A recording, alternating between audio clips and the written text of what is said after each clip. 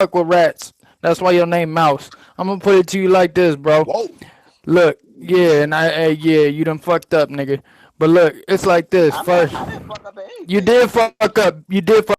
Go ahead. Suck white man. No, bring him back up. Bring him back up. Why y'all get rid of him? Yo, bring him. Let Yo, him. please bring him back up, bro. Please bring him back I up. wanted to hear it. He had balls. I Yo, know bring he him wrote back. this down. Yo, please I bring don't him know. back. I don't know. I don't even know who put him down. I'm looking for him. I put him up because he like he's on. All right. Okay. Okay. Let me Pull him reset up. this room. Let me reset this room. Okay, guys.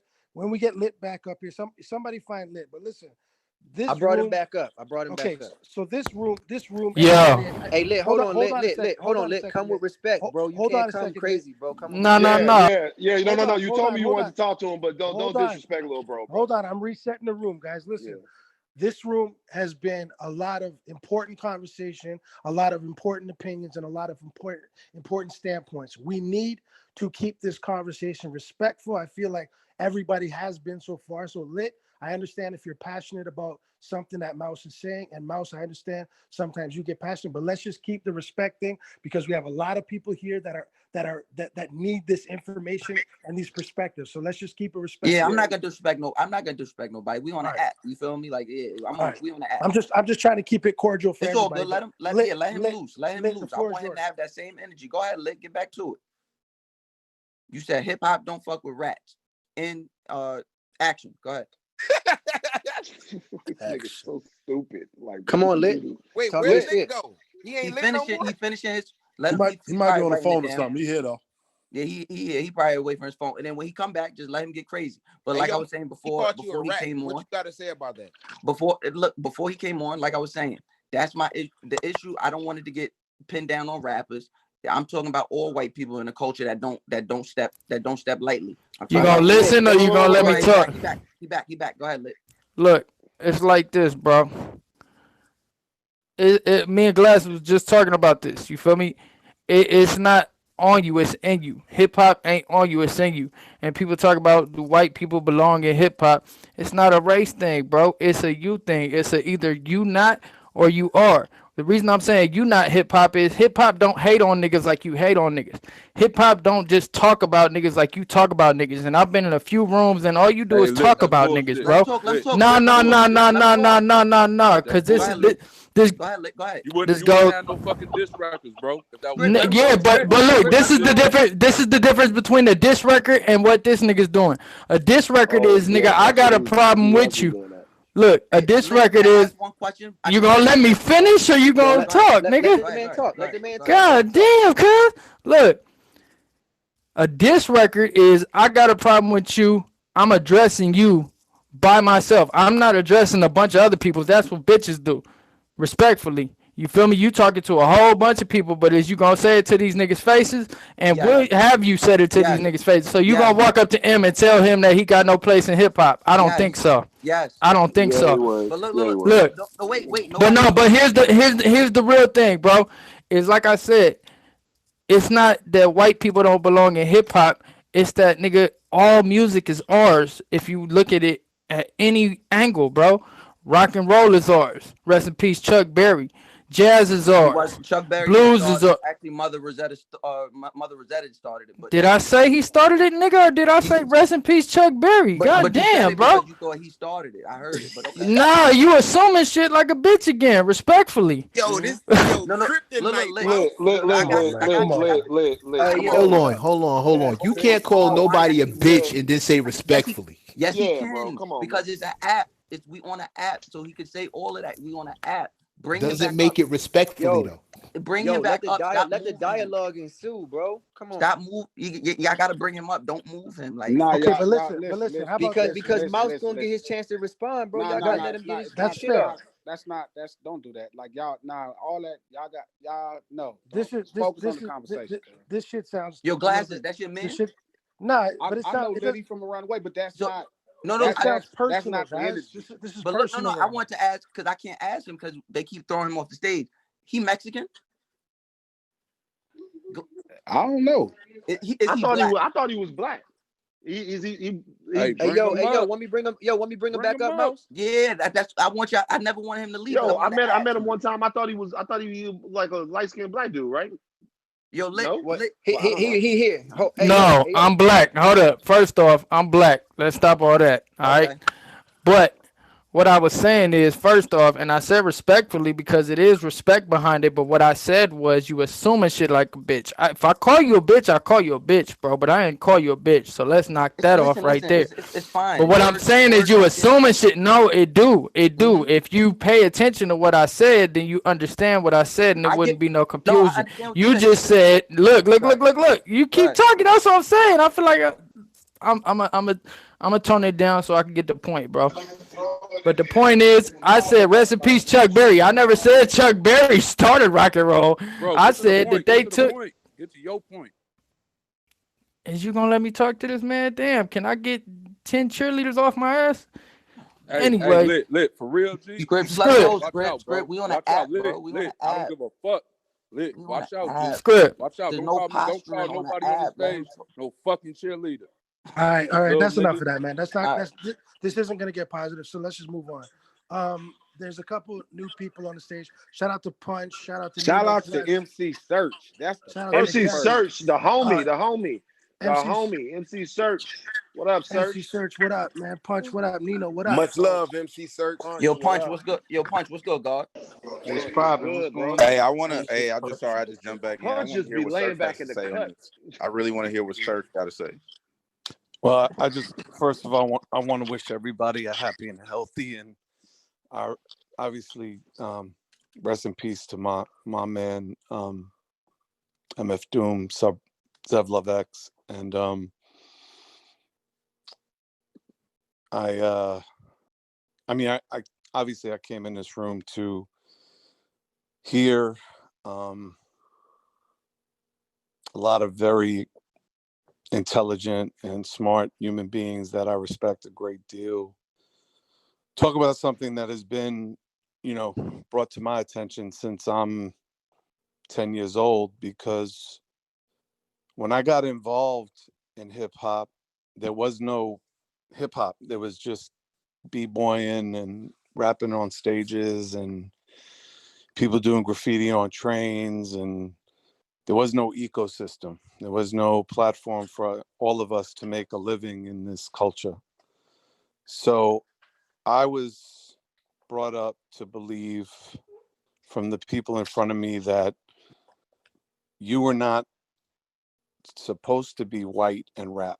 There was no place for you in the culture, that the culture was black culture, that the music was black music. And I respected that because that's what I was told by the people that allowed me the benefit to be around them in the culture. And it wasn't really until like 84, 85 when I started rhyming in front of my friends and being able to show them the skills that I had, that they said, you know what, you should start battling in different projects. And that's how I cut my teeth in this culture, was that I would literally battle other MCs. And it was dudes like my man Math and my man Understanding, and my crew from Long Beach, the GYP posse, and Doom, and his brother Subrock, rest in peace, and all the people that I came up with. And even when we got our deal at Def Jam, I'll never forget that the guy who was in charge of promotion, Wes Party Johnson, told me that if we were going to bump some black artists off of black radio, and he was going to take a bunch of crackers to black radio, that I better know those programmers forward and backward. And he threw a R&R at me, and he threw a billboard, and he told me that I had 6 weeks to study before I went on the road. And this was 1988, so there was no internet, there was no computers. And so I went to the New York Public Library and I studied every black music director, program director, operations manager, DJ. I studied and studied and studied. So when I went to Philly and met Helen Little at WDAS, I knew that she spent 3 years in Houston and then went to QUE and then went to HUR, and we earned our spot. We earned our spot so I wouldn't have to feel the guilt knowing that Step Into the AM or Gas Face was taking the place of a Public Enemy record or a Slick Rick record at radio. And that, to me, was an incredible badge of honor. That was something that I carried with me. I felt like I had to protect the culture at all costs because there were so many men and women of color that gave their spot up for mine. And that's why we went so hard at Vanilla Ice. And it's even why we went so hard at Hammer, because he dissed Run DMC. You know, how do you diss the men that gave us the platform to do what we did? And, you know, fast forward to 2020, and I'm watching TV with my beautiful Black Puerto Rican wife, and I'm thinking about my African American, Puerto Rican, Polish, Jewish kids, and I'm watching Love and Hip Hop, and I'm wondering what the fuck happened to my culture? Like, what the fuck happened to the thing that I protected so much? Like, what happened to, you know, the vehicle that we all learn to grow and benefit and build? You know, what Punch and those guys did at TDE, and what so many other independent people that are on this call, what Los did as an independent MC, what Mozzie does as sole purpose. You know, there's so much protection of the culture, and we don't allow ourselves the ability and the love that we should be honoring within the things that we've built, the things that we have created, the foundation of this culture. Because this culture was really based on some real simple shit, y'all. Peace, unity, love, and having fun. And, you know, maybe I'm just, you know, where I'm at in my life, and maybe I just, you know, play a certain part in the role of this culture now, and I get in where I fit in, and I make certain decisions and make certain moves based on my own comfort level. But my hope is that when these tides start to turn, whether politically or, you know, and I heard somebody make a really great comment about Biden early on before about, you know, politics and how it all plays into the idea of identity and appropriation. You know, at the end of the day, the gatekeepers of this culture are the people that ultimately stream the music, love the music, support the artists that make the music, and love the things that we make and love the things that we create. And it's so big right now. It's so vast that you're not going to be able to stop the white people of the world that want to make it, because there's no barometer anymore for them to be, for lack of a better word, chin checked. And I don't mean that in the physical. I mean that in the fact that white people, Asian people, Turkish people, Indian people can make music in their basement, release that music to the world, and people can then say, I fuck with that. Hey, MC Serch. Yeah. Listen, I agree with a lot of what you just said, but I'm gonna have to push back on one thing and one major thing. Sure. You said you sitting on the couch with your beautiful wife, and your beautiful kids, and you watching you watching Love and Hip Hop and asking what happened to our culture. That's extremely disrespectful. That's extremely disrespectful on two instances. Number one, you was the host on the White Rapper Show. That's no better than Love and Hip Hop. That's point one. And number two is whatever's happening on Love and Hip Hop, that's Black people business. That is what Black people, it don't matter how anybody else feel. That's for Black people to decide how we feel about that. That's not for nobody. And I don't care how much work you've done, how much research you put in, that will never validate a white person or anybody that's not Black questioning what Black people are doing with other Black people. That I just won't stand for that. That's crazy. And if nobody else is gonna say nothing, that's on them. That's fine. If it didn't bother them, that's fine. But as a Black person, That's crazy. You can't, as a white man, at any time, you could say fuck hip hop and you gonna be good. Those people on Love and Hip Hop, no matter if I agree with what they doing, no matter what any other black person agree what they doing, they can't be questioned by a white person. That has nothing to do with nothing. Let me answer that in 2 parts. Part 1 is the White Rapper Show was not a show to find the best white rapper. The White Rapper Show was a social experiment to show black people how far white people have come from the original culture. That's why there wasn't a second season or a third season, because the black men that created that show didn't want that to be a show that proselytized white rappers. The idea of the show was to show that all these people that claim that they were white MCs were so far removed from 1520 Sedgwick Boulevard that they didn't even really understand what hip hop was. That's A.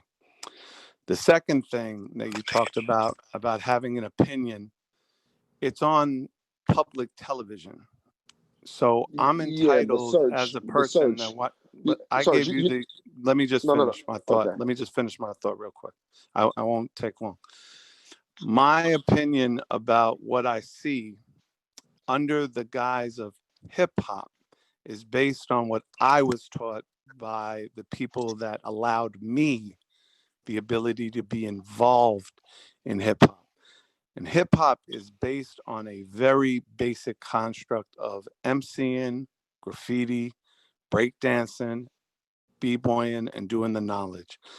Now, if you want that show to be about the Real Housewives of Atlanta, if you want that to be about relationships between rappers, if you want to call it anything else you want to call it, that's fine. And that's not where the comment is being made. My comment is being made on the title of the show. And the person who created the show and the person behind the person that created the show understand what the actual title is. And the commercialization of the title is what I'm questioning. Okay. I'm not talking about the people and how they live their lives. I'm just talking about the concept of the title. Okay, so real quick, rub me the wrong way too. And Serch, I don't have to qualify this for anybody on this. Me and you talk. We get on the phone. You my guy. That is. So I understand what you're saying. First of all, the show was created by a black woman. So once again, it just that in and of itself. I'm not here to defend Love and Hip Hop or defend nothing that go on Love and Hip Hop. The show is called Love and Hip Hop, not hip hop culture. The 5 ways that mean the spiritual guidance of the streets and graffiti and stuff like that. It's a show about the shit that happens there. And it is, and this is kind of the thing about this room. That's uncomfortable for me. It's and I don't, this room, when we made this room, it's not necessarily that I agree with Mouse, but what I'm saying is that it is uncomfortable for me to endeavor into something and share a cultural link where people can look at a bunch of black people on TV and go, they're disrespecting my culture. That's, bro, like, I don't know how, as a black man, I'm supposed to not be like, what the fuck are you talking about? Like, when I hear that. That has nothing to do just with pretend he's Joe Biden, man. Shut up. No, it's not even. Shut up. Shut up. No, wow, let me. We were doing so good. It's not even low. Shut up. Damn, but let me just put it like this. Pretend he's Joe Biden. It's not even the same thing, by the way. But whatever. Not even remotely. That Jesus. was a good one. Let me just say this, and again, I think that the conversation isn't about how you feel. Because I'm only speaking for myself. Sure. I can only talk about where I'm from. And where I'm from is I saw this culture get built from the first bricks. I saw everything that you all benefit from, 100. And my opinion is solely based on what I witnessed. I witnessed brothers like Umar and Doom reading the Book of Life in Prospect Park, teaching me about the circumference of the earth. I saw my brothers go from their government names to their God names. I saw my brothers and sisters go from wearing whatever they were wearing to wearing hijabs and following Ansar Allah traditions and Muslim traditions, as well as I saw the culture go from the parks to vinyl to the radio to where it is today. So I can't speak for other white men. I don't know what's in their heart. I can only share with you what's in my heart. And my heart is in the purest sense of loving this culture in all of its facets. Now, I'm going to share something with y'all that I've never shared outside my house. I raised my son, my black son, that if you had to defile my name to run the Nation of Islam, do it. Because if your purpose as a man is to run the Nation of Islam, if that's your calling and you have to devote your life to the Nation of Islam and you have to refute the white part of your heritage, do it. So please respect the fact that every pain, every anguish, every ancestral issue from 1619 has been studied in this house, has been looked at from all aspects. My daughter had a gun pulled on her in a private neighborhood in Windermere because she was of color. And the cop was 30 yards away because she had a box in her hand coming out of our house that we just moved into, and she didn't look like she belonged there. So you so wearing please, her? So you with wearing all her? the love in my heart, So, Serch, don't real quick. get it Serch, fucked sounds up like you're about wearing. where I rest. No, Serch, It I sounds get like it. you're wearing. Hold on, Van. Hold on, because this is really, and it's like I don't care if somebody thinks disrespectful because it's really not come from a disrespectful place. I'm just addressing what I'm hearing. And what I'm hearing right now is what we hear from every white person that has some type of proximity to black people when we start to hold motherfuckers accountable or when we start talking about some real shit that cannot be argued. So you talking about your kids that are black, that has nothing to do with this conversation here. It absolutely does. You wearing their trauma in here ain't got nothing to do with what we talking about. It We talking absolutely about does. it has nothing to do with it because the question is, do they belong in hip hop? What happened to your kids have nothing to do with it. What happened to your daughter? Does because what happened the to your daughter is a assimilation. dichotomy. Because what you're talking about, you're not listening. This is what I'm talking about. about. I'm very clear. You in a I'm space where listening we loud talking about, and clear. You in a space where I know you've been alive longer than me, but I've been black longer than you. So you can't tell me nothing about being black. You're absolutely right. And by the way, you're absolutely right. So in this space where I am telling you as a black person that your kids' trauma or what they went through don't got nothing to do with this hip hop conversation. It has nothing to do with it. It has nothing to do with it. But you just said to me a while ago that I can't understand what it's like. You can't. Your kids can understand. You can look on and be empathetic. So your I can be. So as an empathetic, your empathy is not the experienced trauma. It's empathy. You're empathetic. I get that. I respect that. You're empathetic. Now, also would question if you're empathetic because they black or you empathetic because they're your kids. But that's neither here nor there. You empathetic, but you don't understand. The gun wasn't pulled on you. You don't understand. You get to go in, no matter how much you love your kids, you get to walk down the street as a white man. That situation will never happen to you. You get to have this conversation as Wait a minute. White man. So let's just fall back a second. For you to think that I haven't had a gun pulled on me because I look. Oh no. Not because you're black. It was pulled on you, but not because you're black. No. And this is really the important part of this conversation because I think what how do you tell black people? No. You're not letting me. Let me finish. Hold on. Let me finish. Just let me finish 1 second. Because you're taking what I'm. All I am saying is, I want to simplify. I want to bring it No, back. it to doesn't need steps to and be simplify. simplified though. But You see, keep- Serch. Hold on, Go ahead, Serch. Bean. You gotta let Go me ahead, talk. Bean. You gotta let me talk real quick. No, please go ahead. Please, So, I'm listening. Okay. Please. So there's a couple things here. Number one, Mhm. the do you hear the tenor in Yes. which you're speaking to the room? Okay. Absolutely. So you said something a little while ago, and I think it's something that we can key on. You said, I watched the bricks get built on the culture that you guys are on, or you guys are all benefiting from, or something to that line. No, including myself, right? That Including we are yourself. all benefiting from. That's what I But said. here's the thing. But here's the thing, We. though. But I know. But you didn't watch them get built, because that's not where they were built. Really? They weren't built there. They were Okay. built by those guys. Those guys were built by pain and a suffering and a lineage that you don't know anything about. So what you watch was those guys, a new generation of people, express emotions to America and build a culture from something that's foreign to you. And the first thing that we have to get people to do in order to respect us is for them to acknowledge that they aren't us. So like the first thing we have to get people to do in order to respect us, because what happens to Black people, what happens to us in this country is people look at us and they think that everything we have is theirs.